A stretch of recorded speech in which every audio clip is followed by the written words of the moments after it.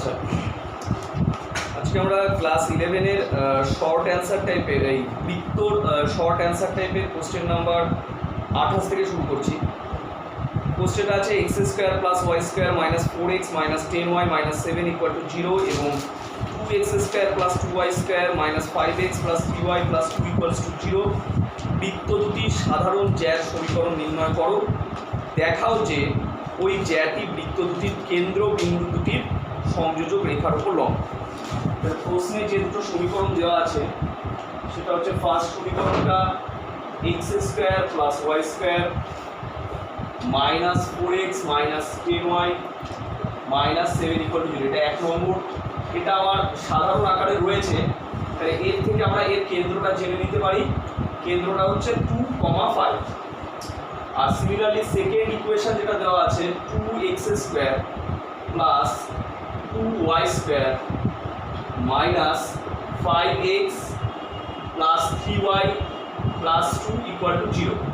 এবার এটা আমার জেনারেল ইকুয়েশন আকারে নেই। কেন নেই? কারণ এখানে এক্স স্কোয়ার ওয়াই স্কোয়ারের সাথে কিছু গুণ থাকতে পারবে না। এখানে এক্স স্কোয়ার ওয়াই স্কোয়ার দুটোর সাথে আমার 2 গুণ আছে, তাহলে সেক্ষেত্রে আমার পুরো সমীকরণটাকে আগে 2 দিয়ে ভাগ করে দিতে হবে।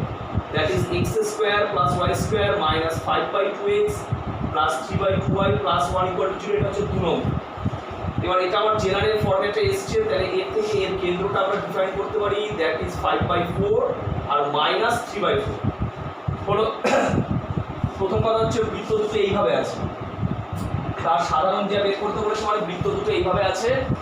এই হচ্ছে সাধারণ জ্যা, এই সমীকরণটা বের করতে বলেছে। এবার আমাদের ফর্মুলা বলছে যে দুটো বৃত্তের সাধারণ জ্যার সমীকরণ বের করা মানে হচ্ছে একটা বৃত্তের সমীকরণ থেকে আরেকটা বৃত্তের সমীকরণকে বিয়োগ করে দেব।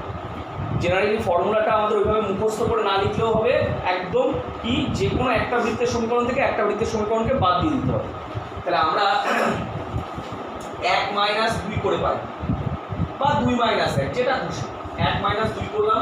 যখনই আমি 1 নম্বর থেকে 2 নম্বর বাদ দেবো আমার এই এক্স স্কোয়ার ওয়াই স্কোয়ারগুলো কেটে যাবে, তাই সেটা লেখার দরকার নেই। মাইনাস 4x আর এটা প্লাস হয়ে যাবে, তার মানে হচ্ছে মাইনাস 4x, এক্সটা কমন নিয়ে নিই, মাইনাস 4 প্লাস 5/2 মাইনাস 10y, এটা y কমন নিলে মাইনাস 10 মাইনাস 3/2 আর এটা হচ্ছে মাইনাস 7 মাইনাস 1 ইকুয়াল টু হচ্ছে 0। এবার এখান থেকে যেটা আসছে মাইনাস x প্লাস 5 মানে minus 3x/2 minus 20 minus 3 minus 23y/2 minus 7 minus 8 1 minus 8 equal to হচ্ছে 0। তাহলে সেখান থেকে মাইনাসটা কমন নিয়ে ওদিকে 0 করে দিলে 3x/2 plus 23y/2 plus 8 equal to 0। দুইটা যদি লসাগু নিয়ে নিই তাহলে 3x প্লাস 23y 8 দুগুণে হচ্ছে 16 ইকুয়াল টু 0। এইটা হচ্ছে কি আমার সাধারণ জ্যার সমীকরণ। এটাকে আমি 3 নম্বর দিয়ে লিখব।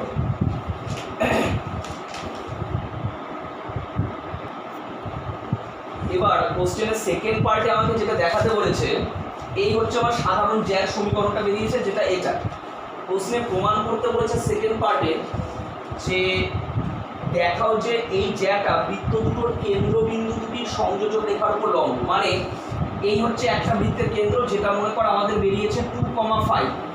আরেকটা সেকেন্ড বৃত্তের কেন্দ্রটা আমাদের বেরিয়েছিল 5/4 মাইনাস 3/4। আর এই হচ্ছে সাধারণ জ্যা, যার সমীকরণটা এটা বেরিয়েছে।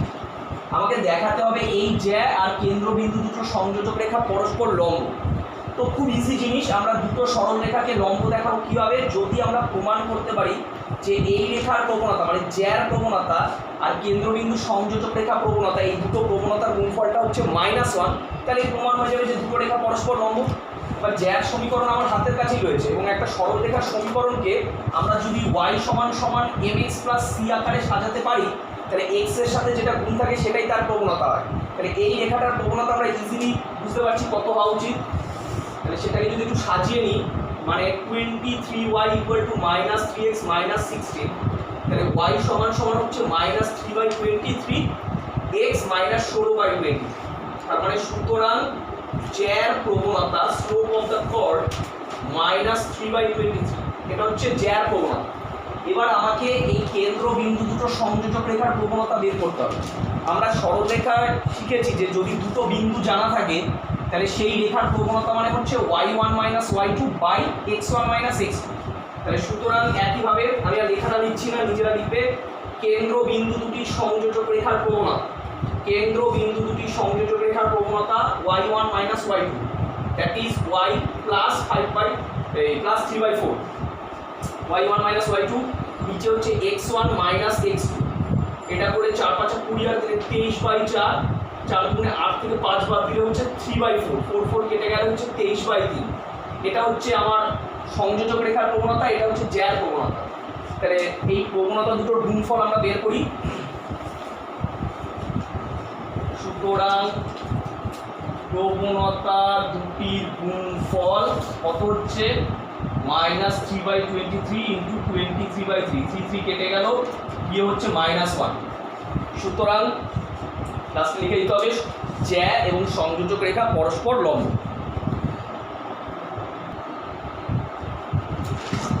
কোশ্চেন নাম্বার 30 বলেছে একটি বিন্দু xy সমতলে এমনভাবে গতিশীল যে মূল বিন্দু এবং 2 - 3 বিন্দু থেকে তার দূরত্ব দুটির বর্গের সমষ্টি সর্বদাই 19।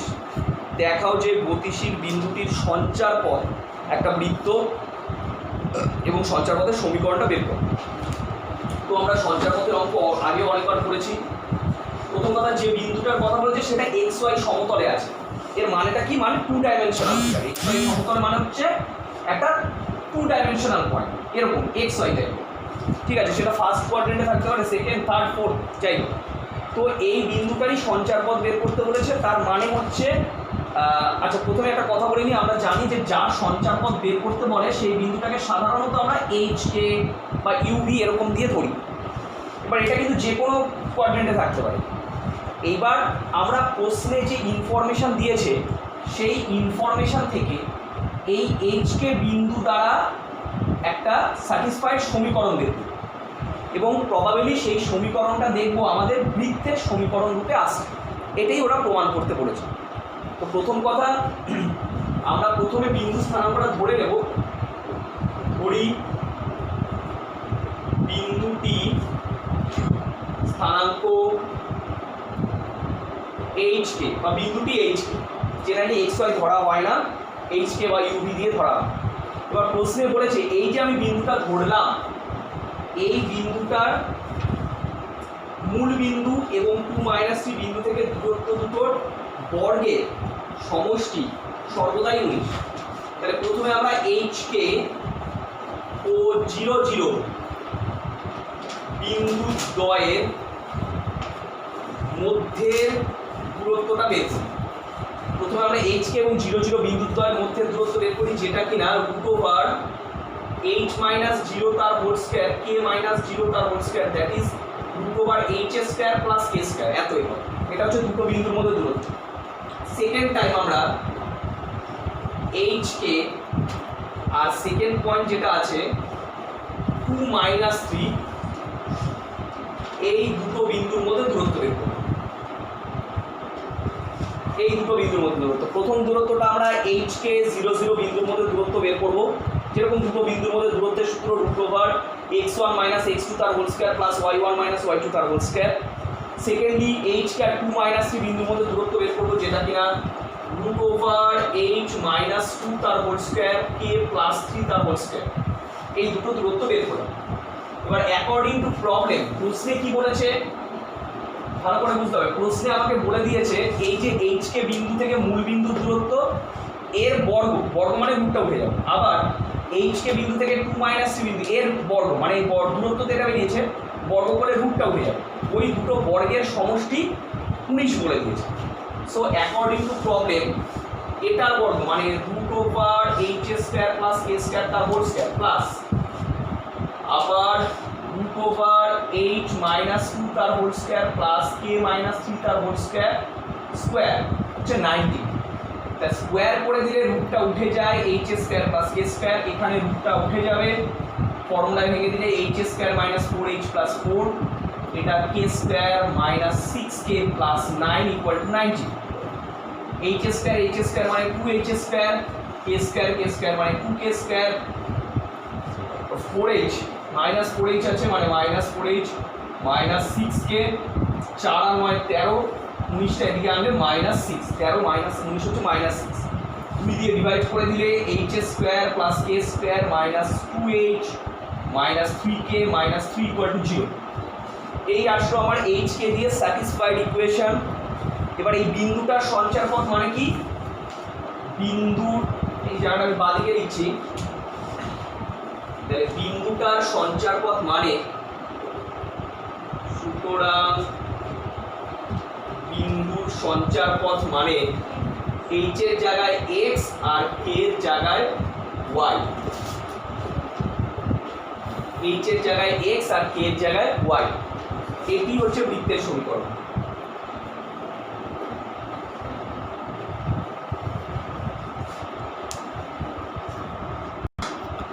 আচ্ছা, এখানে একটা মাইনাস ভুল ছিল, এটা k প্লাস 3 হোল স্কয়ার ছিল, যেটা মাইনাস 3 লেখা হয়েছে, এটা একটু ঠিক করে নিতে হবে। k প্লাস 3 হোল স্কয়ার মানে এটা প্লাস 6k হবে ফর্মুলায় ভাঙলে, এখানেও প্লাস 6k 2 দিয়ে ভাগ করলে এটা প্লাস 3k, এটা প্লাস 3y।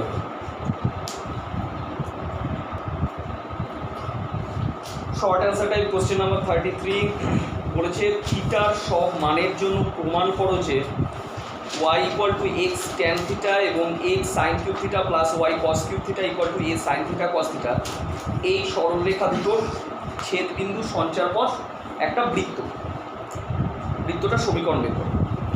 আর প্রথমে আমরা যেটা বুঝতে হবে, আমরা জানি যে যার সঞ্চার পথ বের করতে হলে তাকে h কে ধরে নিতে হয়, তারপরে প্রশ্নে প্রদত্ত শর্ত অনুযায়ী আমরা h কে দিয়ে একটা সমীকরণ বের করি এবং সেটাই আমাকে দেখাতে হবে বৃত্তের সমীকরণ।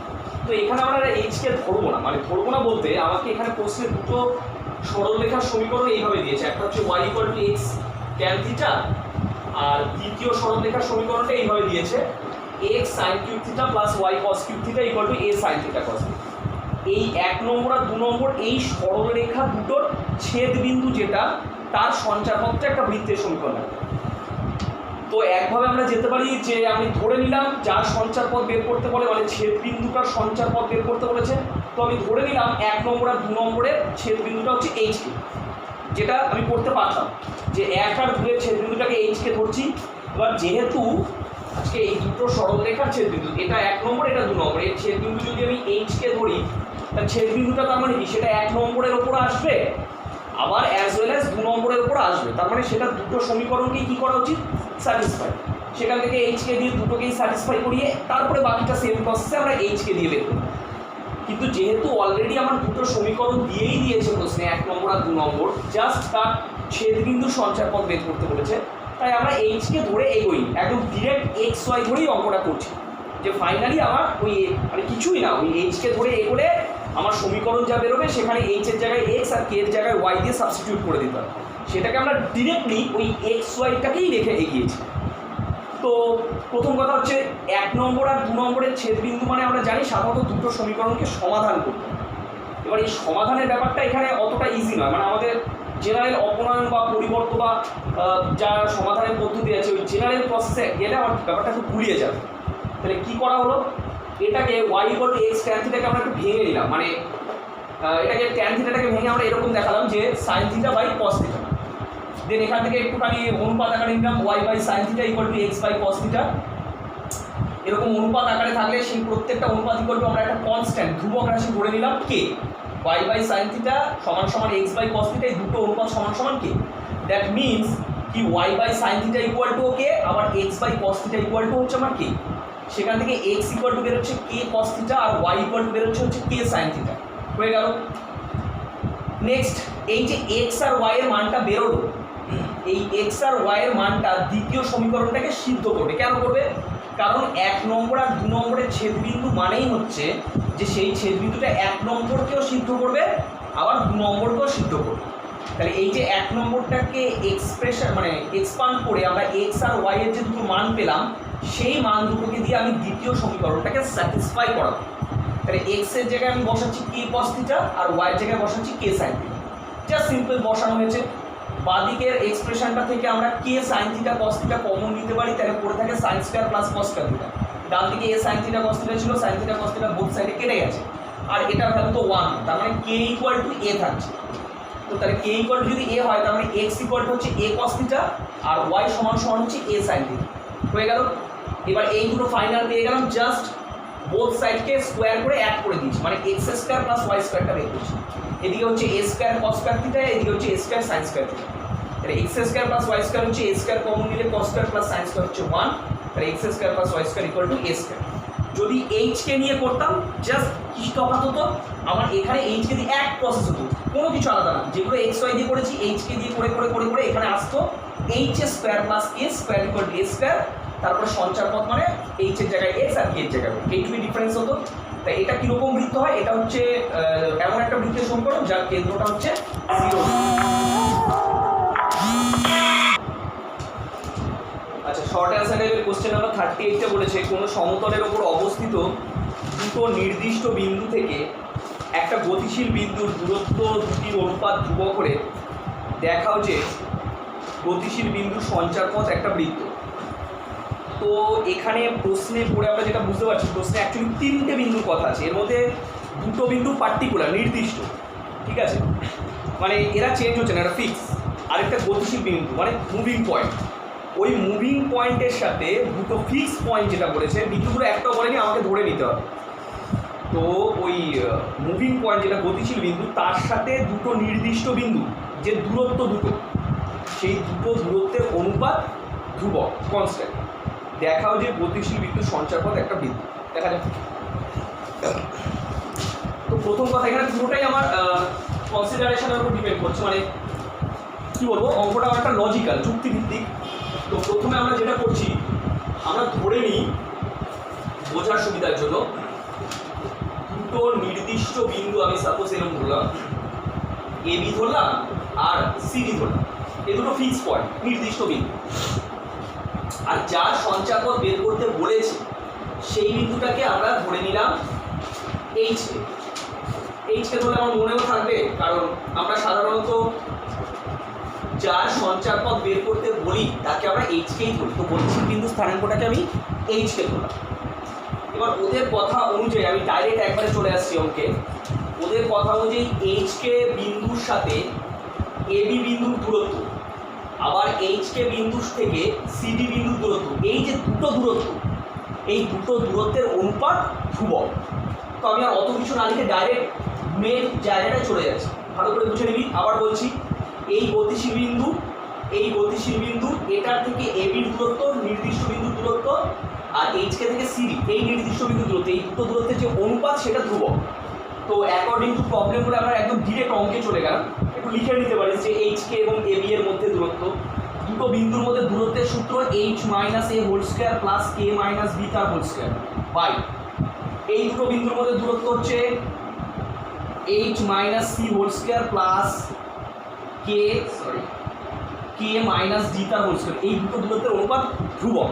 তো এই ধ্রুবক রাশিটা আমি আমার কিছু মনের মতো ধরে নিলাম, মনে কর এম ধরলাম। এমটা কিন্তু ধ্রুবক রাশি, মানে ফিক্স, মানে এদের দুজনের মধ্যেই কনস্ট্যান্ট ফিক্স রাশি। Okay fine. তো এবার বোথ সাইডের রুটটা তোলার জন্য বোথ সাইডে বর্গ করে দিই, তাহলে বর্গ করলে H minus A whole square plus K minus B whole square, নিচে এইচ মাইনাস সি তার whole square plus K minus D তার হোল স্কোয়ার, এদিকে হচ্ছে এম স্কোয়ার। ভালো কথা। তো একদম পাতি সিম্পলিফিকেশন করলে নর্মাল গুণটা ভালো করে দেখে নিবি, আমি একবার একটু স্টেপ জাম্প করবো। এটা ফর্মুলায় ভাঙলে H square minus 2ah plus A square K square minus 2bk plus B square equal to A square into কোনাকুনি গুণ করলে H square minus 2ch plus C square plus K square minus 2kb plus D square. এই পর্যন্ত আসছে।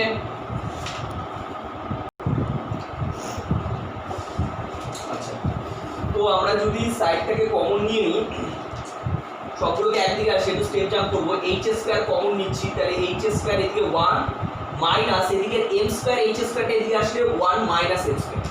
Similarly কে স্কোয়ারটা এদিকে কে square রয়েছে আর এদিকে একটা এম স্কোয়ার কে স্কোয়ার, একদিকে নিয়ে আসলে কে স্কোয়ার কমন নিলে 1 মাইনাস এম স্কোয়ার প্লাস, যদি আমরা 2h কমন নিই, 2h কমন নিলে কি পড়ে থাকবে, 2h কমন নিলে এই মাইনাস 2ch এম স্কোয়ারটা এদিকে আসবে, মানে সি এম স্কোয়ার হিসাবে থাকবে, আর এদিকে 2h থেকে হচ্ছে মাইনাস এ থাকবে। ভালো করে দেখি একবার, পরিষ্কার কথা সবকটাকে একদিকে নিয়ে আসছি। এদিকে গুণ করে দিলে minus 2c m square H, ওটা লেফট হ্যান্ড সাইডে আসলে প্লাস হবে।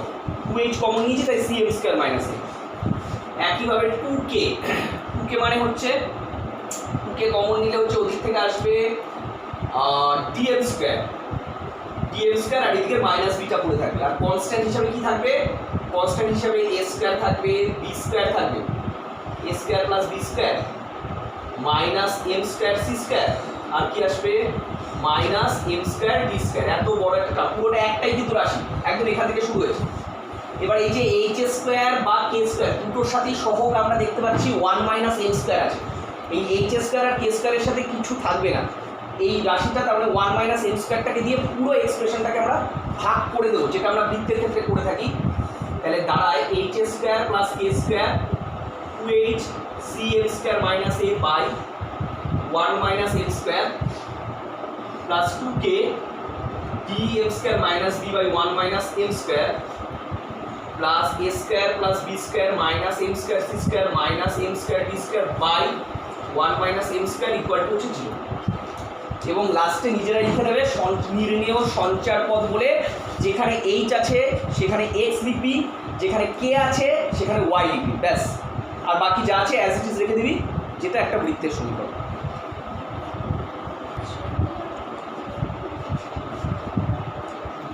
আচ্ছা 39 বলেছে প্রমাণ করো যে x square plus y square equal to a square বৃত্ত দ্বারা x cos alpha plus y sin alpha equal to p সরলরেখা থেকে ছেদিত জ্যাকে ব্যাস করে অঙ্কিত বৃত্তের সমীকরণ বলে কিছু একটা প্রুফ করতে দিয়েছে ওরা। এটা বড় সমীকরণ, মানে ওটাই প্রুফ করতে হবে বৃত্তের সমীকরণ।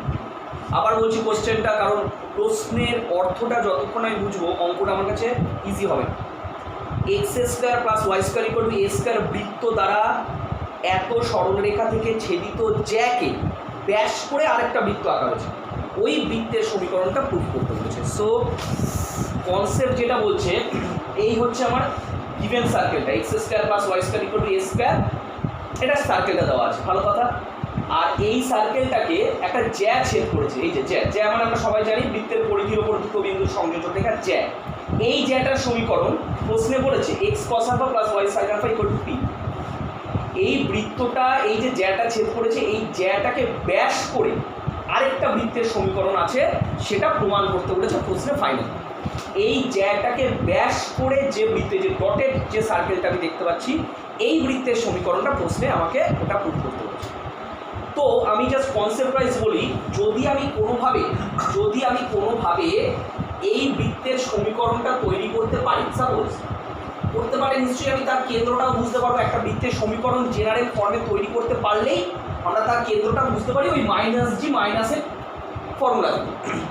তো যেহেতু বলে দিয়েছে প্রশ্নে যে এই x cos alpha plus Y sine alpha equal to p, এই জ্যাটাকে ব্যাস করে বৃত্তটা আছে, তো কোনো একটা ভাবে যদি আমি বৃত্তের সমীকরণটাকে কনসিডার করতে পারি, তাহলে ওই বৃত্তের সমীকরণ থেকে আমি তার সেন্টারটাকেও কনসিডার করতে পারবো, মানে তার কেন্দ্রটাকেও পেয়ে যাব।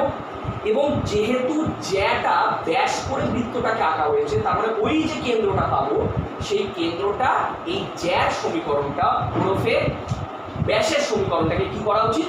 স্যাটিসফাই করা উচিত। ঠিক আছে, এবার আমরা অঙ্কটা বুঝলাম। এবার আমরা অঙ্কের স্টেপগুলো দেখবো, কী করে করবো। প্রথমে আমাকে এই বৃত্তের সমীকরণটা তৈরি করতে হবে। কী করে তৈরি করবো?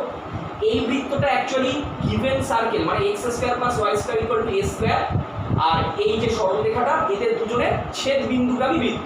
তাহলে আমরা জানি দুটো কার্ভের ছেদ বিন্দুগামী কার্ভ কী করে তৈরি করে, তাহলে আগে লিখে নিই। প্রদত্ত দুটি বক্রের সমীকরণ, given equation of two curves. আমি একবার বক্র বলে লিখলাম, বক্র মানে এখানে সার্কেল বোঝাচ্ছে, এটাকে স্ট্রেট লাইন বোঝাচ্ছে। X square plus Y square minus a square equal to 0, এটাকে 1 নম্বর দিলাম, মানে ওটা ইকুয়াল টু এ স্কয়ার ছিল, ওটাকে এদিকে এনে মাইনাস এ স্কয়ার দিলাম। আর সেকেন্ড যে ইকুয়েশন যেটা জ্যার বলেছে x cos alpha plus Y sine alpha minus p equal to 0, 2 নম্বর দিলাম। তার মানে এই 1 নম্বর সার্কেল আর 2 নম্বর জ্যার ছেদ বিন্দুগামী যে বৃত্তটা, সেই বৃত্তের সমীকরণ হওয়া উচিত 1 নম্বর প্লাস কে ইন্টু দ্বিতীয়টা। যেরকমভাবে দুটো কার্ভের ছেদ বিন্দুগামী কার্ভের ইকুয়েশন আমরা তৈরি করি। তাহলে সুতরাং 1 ও 2 এর ছেদ বিন্দুগামী বৃত্তের সমীকরণ কি হবে? X square plus Y square minus a square x square plus Y square minus A square plus k x cos alpha plus Y sine alpha minus p equal to 0। X square plus Y square plus x into k cos alpha plus y into k sine alpha plus minus A square minus p square equal to 0। এইটাই actually আমার এই বৃত্তটার সমীকরণ। আমি কে এর ভ্যালুটা পেয়ে গেলেই, জানটা হয়ে গেলেই আমার সমীকরণটা আমি প্রুফ করতে পারবো। তো এই বৃত্তটার তাহলে কেন্দ্র দাঁড়াচ্ছে minus k cos alpha by 2 minus k sine alpha by 2। একটা ট্রিক বলেছিলাম আমি যে সমীকরণ দেখেই বোঝা যায় কেন্দ্রটা। জাস্ট এক্স এর যে সহগ থাকবে তার সাইনটা চেঞ্জ করে দাও, অর্ধেক করে দাও। ওয়াই এর যে সহগটা থাকবে তার সাইনটা চেঞ্জ করে দাও, অর্ধেক করে দাও, তাহলেই আমার কেন্দ্রটা শুরু হয়ে যাবে, মানে কেন্দ্রটা তৈরি হয়ে যাবে। এইবার কথা হচ্ছে জাস্ট একটু কনসেপ্টটা বুঝলেই আমার হয়ে যাবে। আমার কে এর মানটা নিয়ে কথা, আর কিছু। এবার এই যে কেন্দ্রটা পেলাম, যে কোনো বৃত্তের কেন্দ্র সর্বদা বৃত্তের ব্যাসের ওপর থাকে। তো তার মানে অবভিয়াসলি এই কেন্দ্রটা হচ্ছে বৃত্তের ব্যাসের ওপর থাকা উচিত। আর অ্যাকচুয়ালি এখানে এই যে নির্ণেয় বৃত্তের যে ব্যাস, সেটা অ্যাকচুয়ালি এই সরলরেখা, মানে যেটা আগের বৃত্তের জ্যা বলেছে। তো তার মানে এই যে কেন্দ্রটা পেলাম সেটা যেহেতু ব্যাসের ওপর থাকে, তার মানে কেন্দ্রটা এই সমীকরণটাকে জাস্ট স্যাটিসফাই করবে। ঠিক আছে, তো এই কেন্দ্র পর্যন্ত লিখে রিপিট, যা 2 নং জ্যার ওপর অবস্থিত।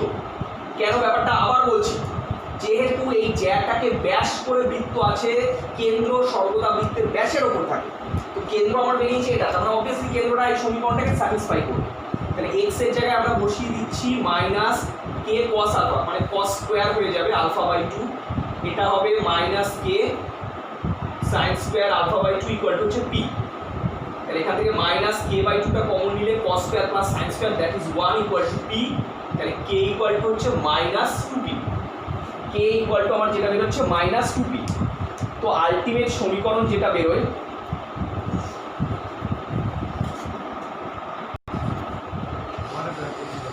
আচ্ছা এখানে একটু ভুল হয়েছে, এটা আমাদের যে 3 নম্বর সমীকরণটা ছিল মাইনাস এ স্কোয়ার, এটা মাইনাস কেপি হবে, not minus p square, minus KP হবে। ঠিক আছে, ইকুয়াল টু 0। ওকে, আচ্ছা তো এখান থেকে আমাদের কে এর মানটা বেরোলো মাইনাস 2পি। কে এর মানটাকে জাস্ট আমরা 3 নম্বর সমীকরণটাকে পুট করে দেবো, তাহলেই আমার বৃত্তের সমীকরণটা বেরিয়ে যাবে। তাহলে 3 হতে পাই, 3 হতে পাই। 3 নম্বর হচ্ছে x square plus Y square, K এর জায়গায় বসালে মাইনাস 2পি এক্স কস আলফা মাইনাস 2পি Y sine alpha plus minus এ স্কোয়ার মাইনাস 2পি স্কোয়ার ইকুয়াল টু হচ্ছে 0। মাইনাস এ স্কোয়ার মাইনাস 2পি স্কোয়ার, এটা প্লাস 2পি স্কোয়ার হয়ে যাবে, ইকুয়াল টু 0। তাহলে এখান থেকে X square plus Y square common, X square plus Y square রইল, মাইনাস 2পিটা কমন নিলে X cos alpha plus Y sine alpha, আর এটাকে এদিকে পাঠিয়ে দিলে এ স্কোয়ার মাইনাস 2পি square. That is my required equation.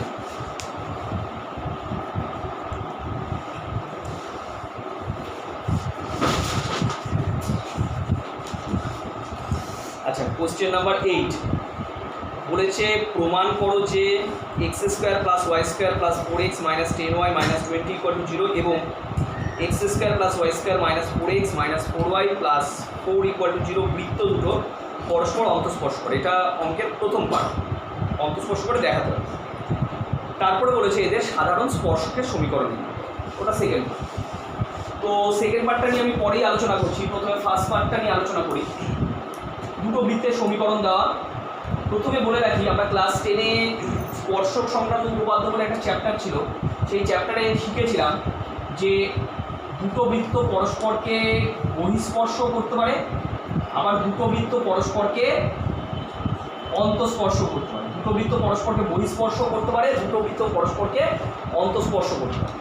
যদি দুটো বৃত্ত পরস্পরকে বহিঃস্পর্শ করে, তাহলে আমাদের যে নিয়মটা ছিল যে কেন্দ্র দুটোর মধ্যে যে দূরত্ব, সেটা ব্যাসার্ধ দুটোর যোগফলের সাথে সমান হয়। এটা আমরা শিখেছিলাম যে যদি দুটো বৃত্ত পরস্পরকে স্পর্শ করে, তাহলে তাদের দুটো কেন্দ্রের মধ্যে দূরত্ব ব্যাসার্ধ দুটোর যোগফলের সাথে সমান হয়।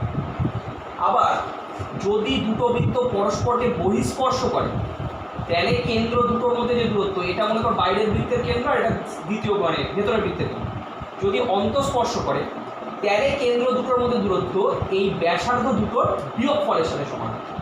এইটা ছিল আমার স্পর্শক সংক্রান্ত উপপাদ্যের থিওরি।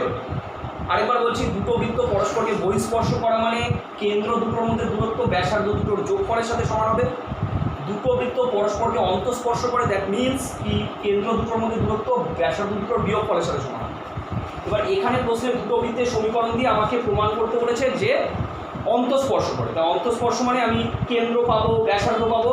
দুটো কেন্দ্রের মধ্যে দূরত্ব যদি দুটো বৃত্তের ব্যাসার্ধের বিয়োগফলের সাথে সমান হয় তাহলেই আমার অঙ্কটা হয়ে যাবে, মানে অন্তঃস্পর্শ করে। ফার্স্ট পার্টটা হবে। তাহলে প্রথমে আমরা ফার্স্ট পার্টটা নিয়ে এগোই। তাহলে প্রথমে প্রদত্ত বৃত্তদ্বয় সমীকরণগুলো লিখতে আরম্ভ কর। X square plus Y square, ডান দিকটা থেকে শুরু করি। ফার্স্ট পার্টটা হচ্ছে প্রথম বৃত্তের সমীকরণটা হচ্ছে x square plus Y square plus 4x minus 10y minus 20 equal to 0। X square plus Y square plus 4x minus 10y minus 20 equal to 0, যার কেন্দ্র হচ্ছে -2,5 কেন্দ্র, আর ব্যাসার্ধ হচ্ছে √g স্কোয়ার মানে 4 প্লাস x স্কোয়ার মানে 25 মাইনাস c মানে হচ্ছে প্লাস 20 হবে, √g square plus x square minus c। তাহলে 20 আর 25 হচ্ছে 45, 45 আর 4 49 মানে 7 একক। এটা হচ্ছে 1 নং বৃত্তের কেন্দ্র আর ব্যাসার্ধ। ভালো কথা।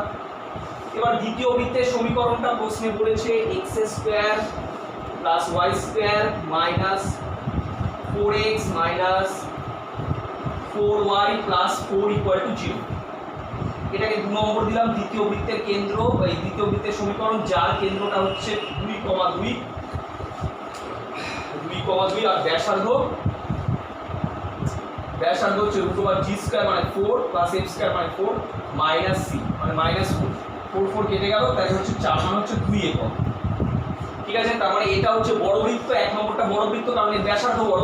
তারপরে মনে করো এটা হচ্ছে বড় বৃত্ত যার কেন্দ্রটা p-টা হচ্ছে -2,5, এখানে লিখে রাখি সুবিধা হবে। আর তার ব্যাসার্ধ মানে এটাকে ব্র্যাকেটে 7, তো এটাকে ব্র্যাকেটে আমি AP লিখে রাখি।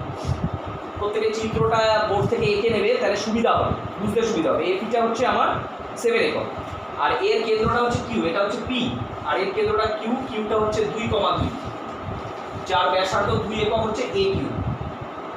এটা হচ্ছে আমার AQ। ভালো কথা। এবার আমাকে প্রমাণ করতে হবে তারা অন্তঃস্পর্শ করে। কি করব? এই P আর Q এর মধ্যে দূরত্ব বের করবো, এই যে দুটো কেন্দ্রের মধ্যে দূরত্ব, সেই দূরত্বটা যদি ব্যাসার্ধ দুটো, এই যে ব্যাসার্ধ দুটোর বিয়োগফলের সাথে সমান হয় তাহলে প্রুফ হয়ে গেল। তাহলে আমি কেন্দ্র দুটোর মধ্যে দূরত্ব বের করছি।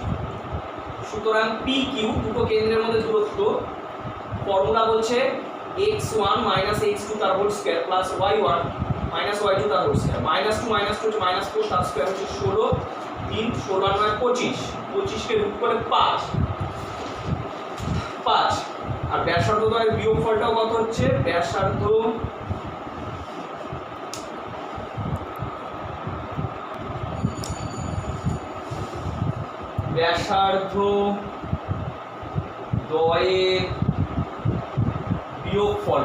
দ্বয়ের বিয়োগফল, সেটা হচ্ছে একটা ছিল 7 -2 5 একক।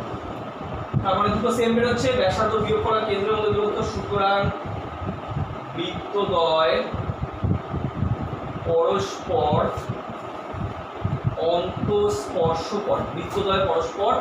অন্তঃস্পর্শ করে, এটা হচ্ছে প্রমাণ। ঠিক আছে, ফার্স্ট পার্টটা হলো। এবার আমরা অঙ্কের সেকেন্ড পার্টে আসবো। প্রথম কথা, সেকেন্ড পার্টটা করার আগে আমি কিছু জিনিস ভালো করে বুঝে নিই। আমার কাছে কি যেটা আছে, আমার কাছে পি বিন্দু রয়েছে। জাস্ট আমি রিমাইন্ড করে দিচ্ছি যে আমার কাছে আছে কি চিত্র অনুযায়ী পি বিন্দুটা আছে আমার কাছে, দ্যাট ইজ -2,5। এটা রাফেও লিখে রাখতে পারি। কিউ বিন্দুটা আছে আমার কাছে 2,2। ভালো কথা। আচ্ছা, PQ ডিসটেন্সটা আছে। PQ মানে কি? দুটো কেন্দ্রের মধ্যে দূরত্ব, সেটা PQ-টা রয়েছে 5। PQ ডিসটেন্সটা আমার কাছে রয়েছে, যেগুলো রয়েছে 5। বরঞ্চ আমি চিত্র লিখে রাখি, সুবিধা হবে। এটা হচ্ছে 5। AQ মানে ছোট বৃত্তের ব্যাসার্ধ, সেটাও আমার কাছে ছিল। AQ-টা 2 ছিল। এই যে ছোট এইটুকু ডিস্টেন্স হচ্ছে 2 ছিল, ঠিক আছে।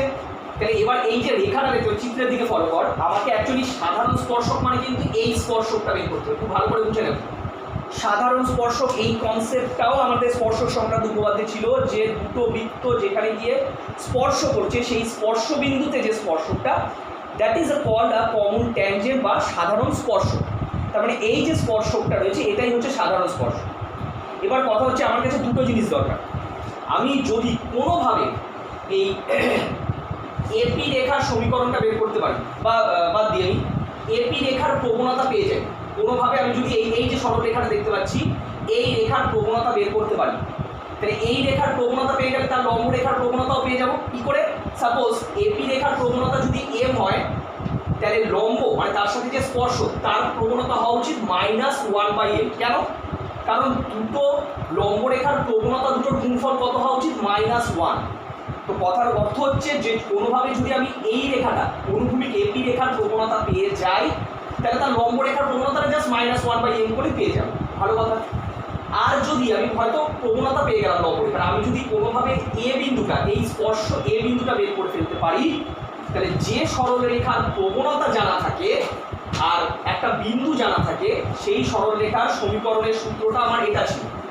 সেই সরলরেখার সমীকরণের সূত্র ছিল y - y1 = m × x - x1। এমটা বলতে এর প্রবণতার কথা বলছি, লম্ব রেখার প্রবণতা।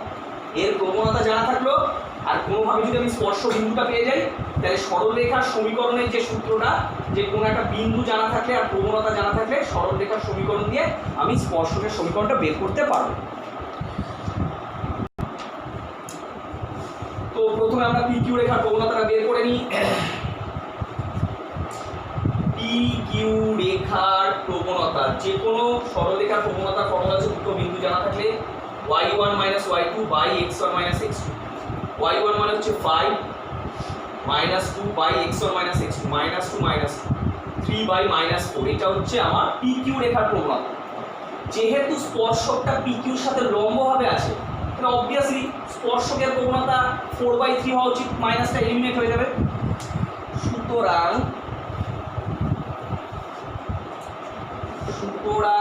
স্পর্শকের প্রবণতা 4/3। এটা কিন্তু সেই কনসেপ্ট থেকে আসছে যে দুটো লম্ব রেখার প্রবণতার গুণফলটা -1।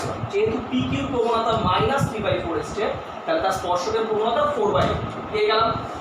এবার আমাকে কোনোভাবে এ বিন্দুটা জানতে হবে। তো এ বিন্দুটাকে আমি না এইচ কে ধরে নিই, খুব সুবিধা হবে। ধরি স্পর্শবিন্দু এ হচ্ছে আমার এইচ, কে। আচ্ছা, এবার পি কিউ ইস টু এ কিউটা বের করি, অনুপাতটা m²। এই যে P Q is to A Q, P Q আমার 5 আর এ কিউ হচ্ছে আমার 2, তাহলে 5:2। পি কিউ হচ্ছে 5:2। এটাকে m/n আকারে মনে করো, m/n। ভালো কথা। এবার ভালো করে লক্ষ্য কর, আমাদের ছোটবেলায়, আমরা ছোটবেলায় বলতে ক্লাস 9-এও ছিল, 11-এরও প্রথম চ্যাপ্টারে রিকল করেছিলাম যে মনে কর পি বিন্দু স্থানাঙ্কটা হচ্ছে x1 y1, এ বিন্দু স্থানাঙ্কটা হচ্ছে x2 y2, এর মাঝখানে কিউ বিন্দুটা পি এর রেখাটাকে m/n অনুপাতে অন্তর্বিভক্ত করেছে। তাহলে কিউ বিন্দু স্থানাঙ্কটা কি করে বের করা যায়? mx2 plus mx1 by m plus n। তারপর আবার my2 plus my1 by m plus n। যদি বিন্দুটা অন্তর্বিভক্ত, এখানে আমরা পরিষ্কার দেখতে পাচ্ছি কিউ বিন্দুটা এপিটাকে অন্তর্বিভক্ত করেছে। সেই অনুযায়ী